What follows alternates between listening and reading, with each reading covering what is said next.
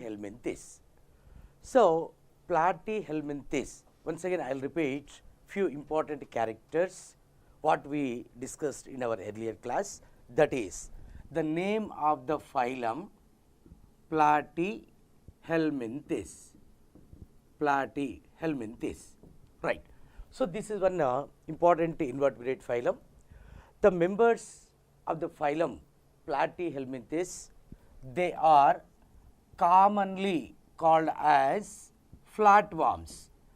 So, porifera group of organisms are commonly called sponges. Cnidarians are commonly called jellyfishes. Ctenophores are commonly called sea walnuts or gooseberries or comb jellies. Same in that way, the members of the phylum platyhelminthes are commonly called as flatworms. So, why they are called as a flatworms? Here platy means flat. So, first time in their body organization, dorsal surface, ventral surface. These two are their bodies dorso-ventrally compressed, hence the name flatworms. The platy means flat, they are commonly called as flatworms. Who coined the term platyhelminthes? The term platyhelminthes was given by Gegenbar. So, the study of platyhelminthes as well as nematodes, that is helminthology. The study of sponges is called parazoology. The study of cnidarians is called cnidariology. Same in that way, in entrance point of view, the study of helminth parasites, that is what? Helminthology. The study is what? Helminthology. Then the term platyhelminthes was coined by Gegenbar.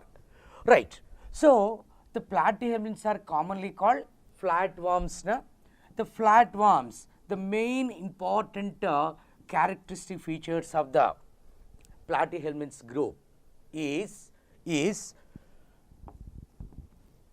are first triploblastic animals. So, see, in sponges we discussed their body wall. The body wall with the two layers, outer is the pinnacoderm, inner is coenoderm. But they are not the true layers. Why? Because they are not formed from the embryonic development. They are formed only by the arrangement of cells. You know well, pinnacoderm by pinnacocytes, coenoderm by coenocytes. But the cnidarians, these are the first diploblastic animals, true diploblastic animals. Diplo means two, you know well. Blast, layers. In their body wall, outer is ectoderm, inner is endoderm. So, that is why they are diploblastic animals. The first triploblastic phylum is the platyhelminthes. That is why the flatworms are called first triploblastic animals. First time the mesoderm is appeared in this phylum. So, between the ectoderm and endoderm, mesoderm is appeared, mesoderm. So, this is the third germinal layer. Mesoderm is the third germinal layer, that is the first time appeared in the phylum platyhelminthes. That is why its speciality is, it is the first triploblastic phylum. So, in sponges, between the pinnacoderm, coenoderm, mesohyle. In cnidarians, between the ectoderm, endoderm, mesoglia. In platyhelminths, between the ectoderm, endoderm, mesoderm. I will repeat once again. In sponges, mesohyle. In cnidarians, mesoglia. In flatworms, mesoderm. That is one important point. Next, one more. Here, the platyhelminths, they exhibit organ system level of organization.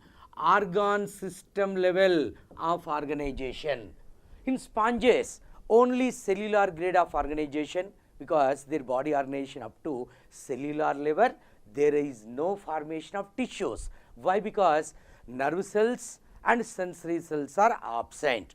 But first time in the phylum Cnidaria, nerve cells and sensory cells are appeared. They gathered, they coordinated all the cells to form tissues. That's why in Cnidarians, tissue grade of organization is there. So these are flatworms are advanced animals than comparatively Cnidarians and sponges.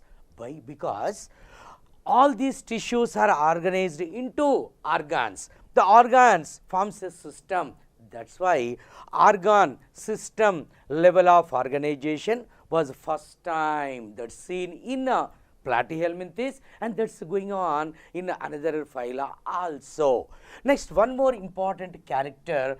First, bilateral symmetrical animals. These are first bilateral symmetrical, and they exhibit bilateral symmetry. What is meant by bilateral symmetry?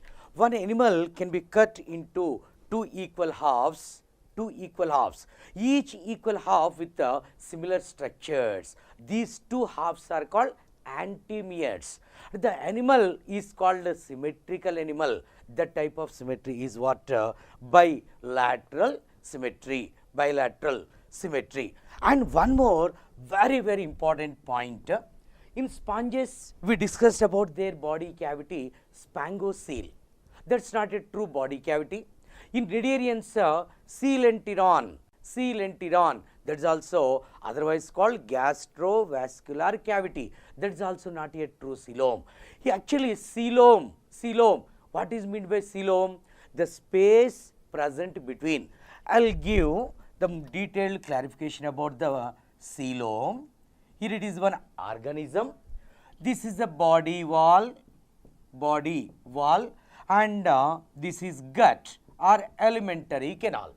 So the space present here, this is the space present between the body wall and gut, that is called coelom. But the platyhelminths are acoelomates. A means absent. There is no true coelom. That's why these are called acoelomates.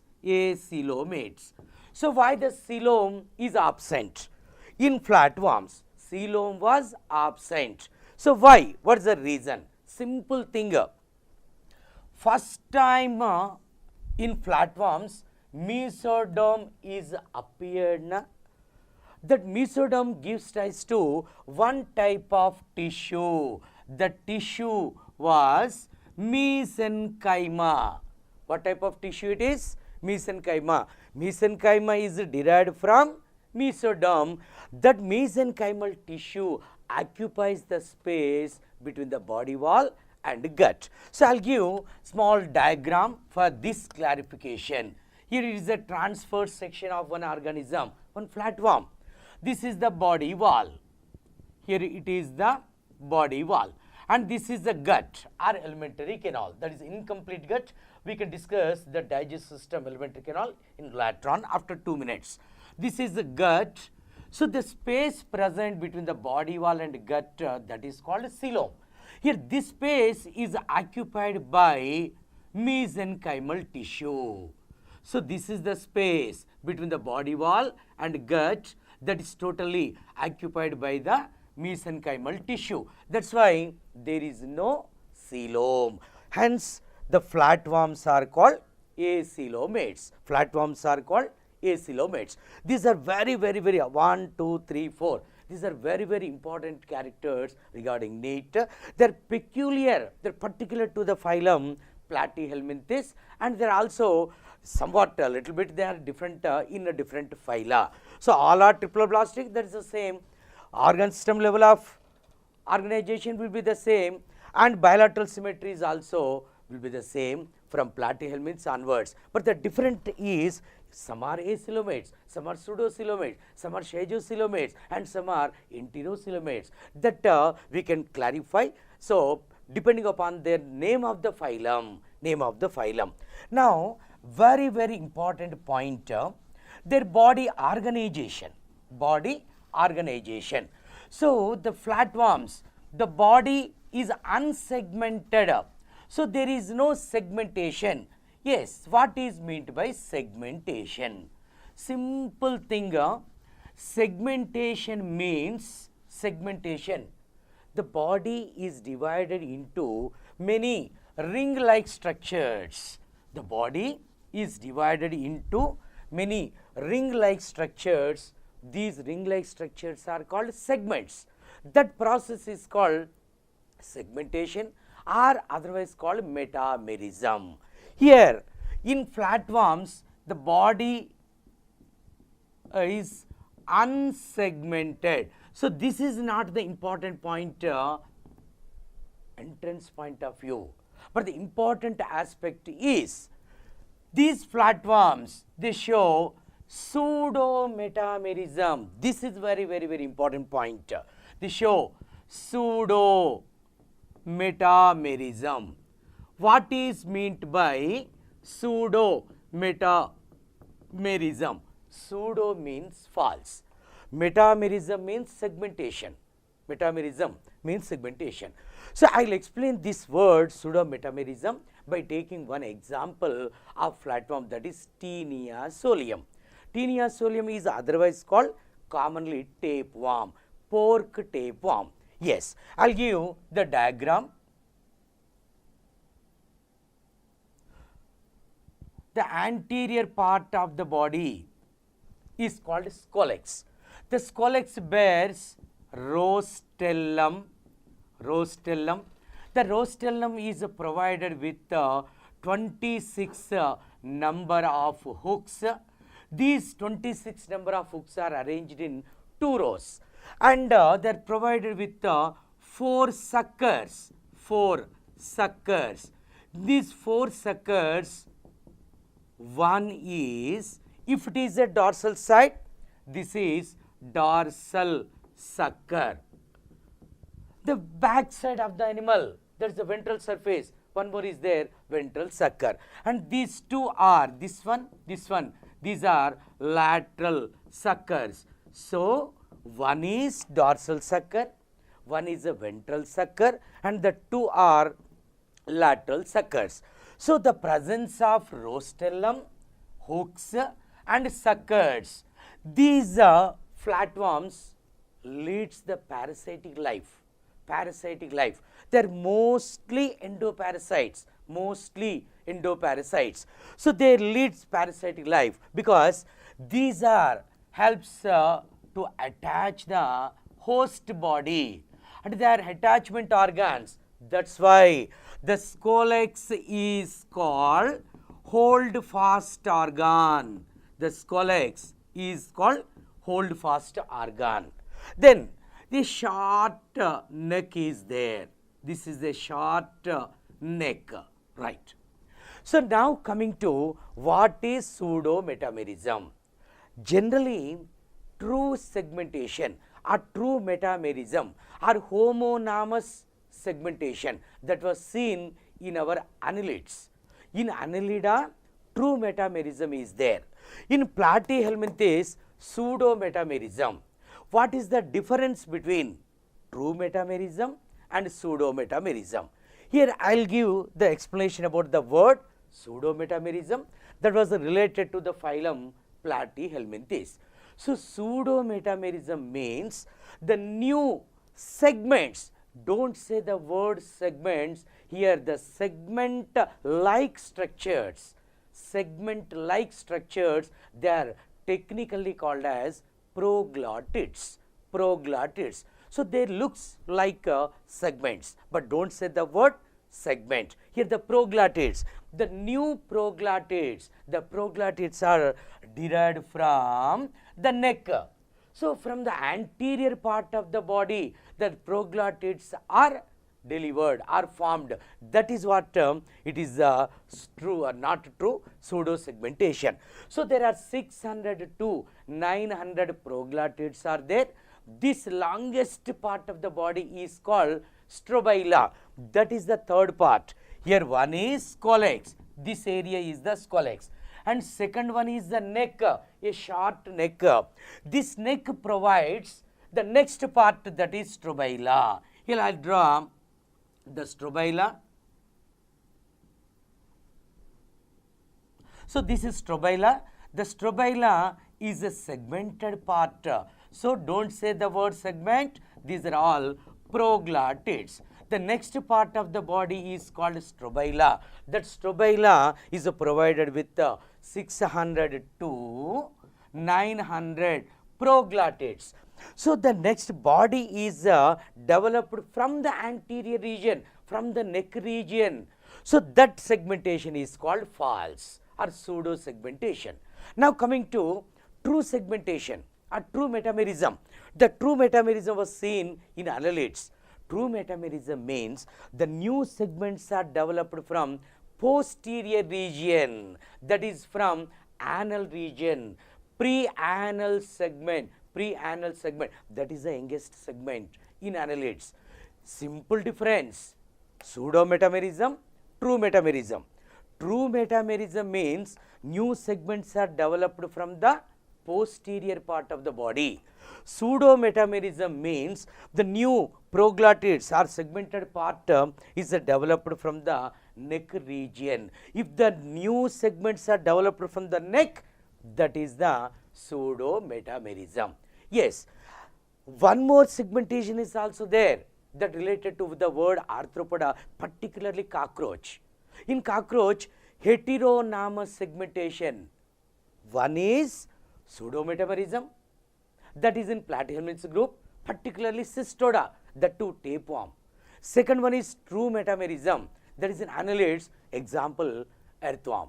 But heteronomous segmentation is also there. Heteronomous, that related to our cockroach. What is meant by heteronomous segmentation? Hetero means different. So in the body of a cockroach, three parts are there. They are called tagmata: head, thorax, abdomen. So structurally and functionally, these three tagmata are different. So first we can take structural difference. Head is composed by 6 segments, thorax by 3 segments, and abdomen by 10 segments. So there is a structural difference. The number of segments are different. And functionally, head, food collection and sensory function. Thorax for flying and walking, that's for locomotion. So head for sensory and food collection. Thorax for locomotion, that means flying and walking, running, whatever it is. That's why it is a cursorial insect. Abdomen, so reproductive organs are there in abdominal region. So this is the functional difference between 3 tagmata. So these 3 segments, 3 body parts in cockroach are structurally and functionally differ. That's why in cockroach, that is heteronomous segmentation. So this is for entrance examination, I was given the clarification between the segmentation of 3 types: true, pseudo, hetero. Right. Now coming to systems. So coming to digestive system. So these are parasites now. The digestive system is absent. If present, the alimentary canal is with only one opening. That's why it is called incomplete gut. So incomplete gut. The alimentary canal with a single opening. That's why it is called incomplete gut. So that single opening serves as both ingestion as well as egestion. See, one is digestive system. If the digestive system present, the alimentary canal or the gut is incomplete. Incomplete gut means the alimentary canal is provided with only one opening.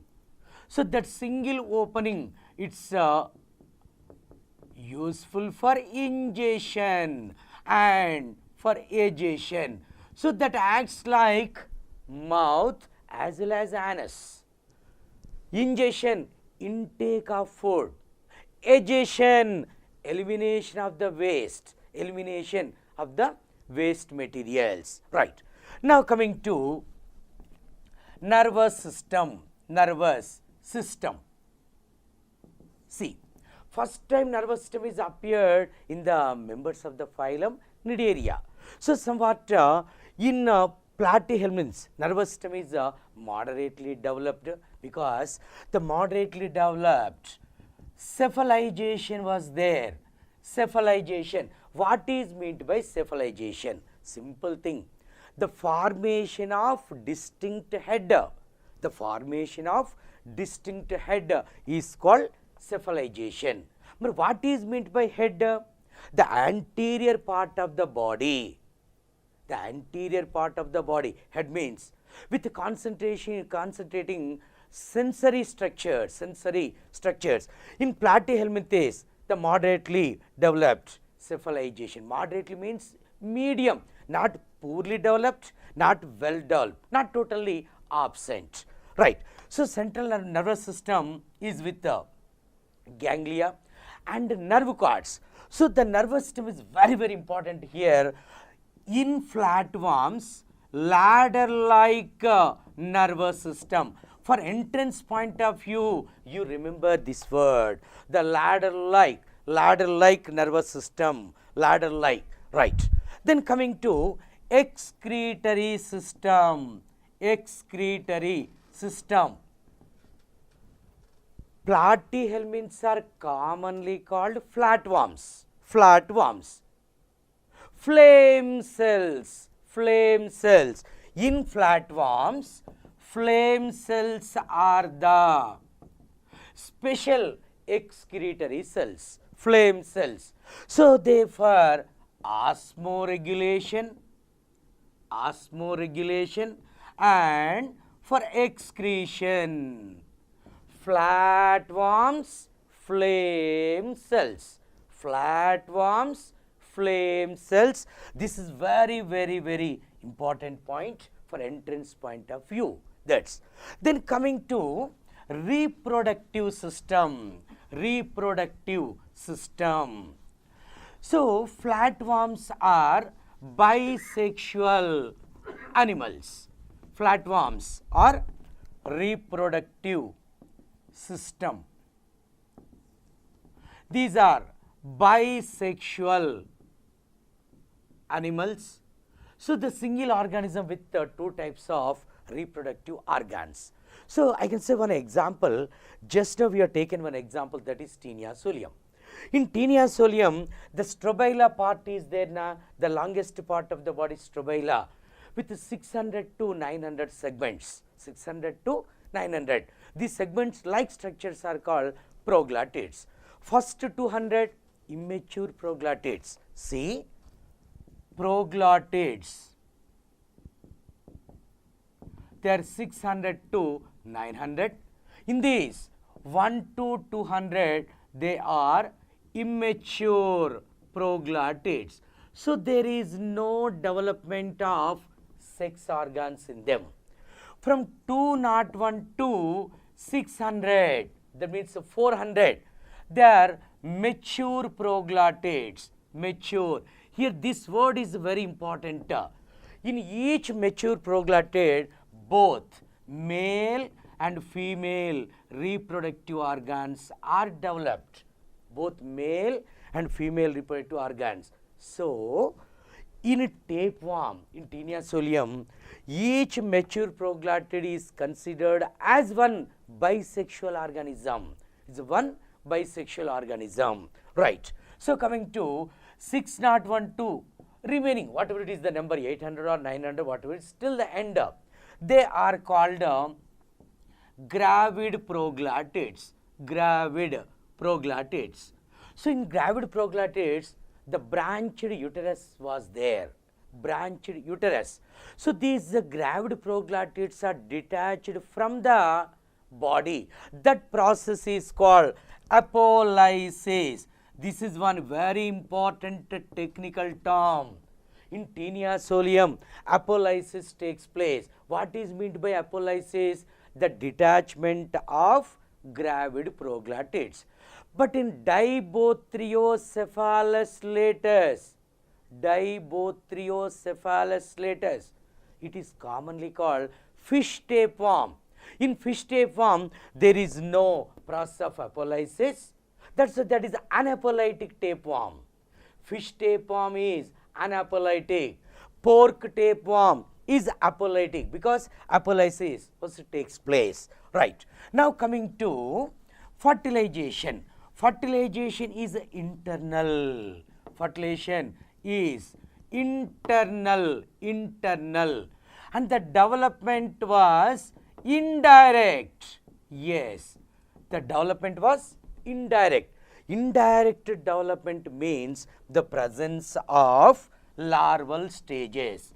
In flatworms, in the phylum Platyhelminthes, larval stages are very important. Number of times these larval stages are came in previous all type of entrance examinations. In what way they gave the question? So there are 5 larval stages are there. That means, for example, flukes like flatworms, they exhibit polyembryony. Poly means many. There are many larval stages are there. So what are those larval stages? I'll give them. One is miracidium. Then second one, sporocyst. Third one, rhedia. Fourth one, cercaria. Fifth one, metacercaria. Metacercaria. So these are the 5 larval stages. He can ask in entrance examination, arrange the following larval stages in a sequential order. So he gives all the 5 larval stages but in zigzag manner. He can ask you arrange these in a sequential order. So first comes miracidium, then sporocyst, then rhedia, cercaria, metacercaria. So these are the important characters about the phylum Platyhelminthes. Then lastly, examples. Example. One is Taenia solium. Now the coming to examples. One, scientific name Taenia solium. Taenia solium is a commonly called pork tapeworm. Then Taenia saginata. Beef tapeworm. And Dibothriocephalus latus. This is a fish tapeworm. Here these are the 3 important examples.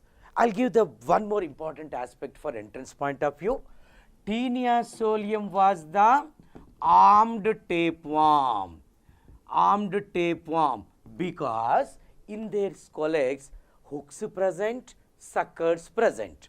In Taenia saginata there are no hooks. Scolex was there, but there are no hooks. That's why it is unarmed tapeworm. This is one important point between the Taenia solium and Taenia saginata. And lastly, Taenia solium and Dibothriocephalus latus. Taenia solium was the apolytic tapeworm. Apolysis was there. That apolysis process maintains the body length constantly. Here Dibothriocephalus latus, it is unapolytic tapeworm. tapeworm. There is no apolysis. There is no process. Okay, this is about the phylum Platyhelminthes. Next, students, next we are going to take tomorrow class Nematoda phylum. This is about the phylum Platyhelminthes. Right.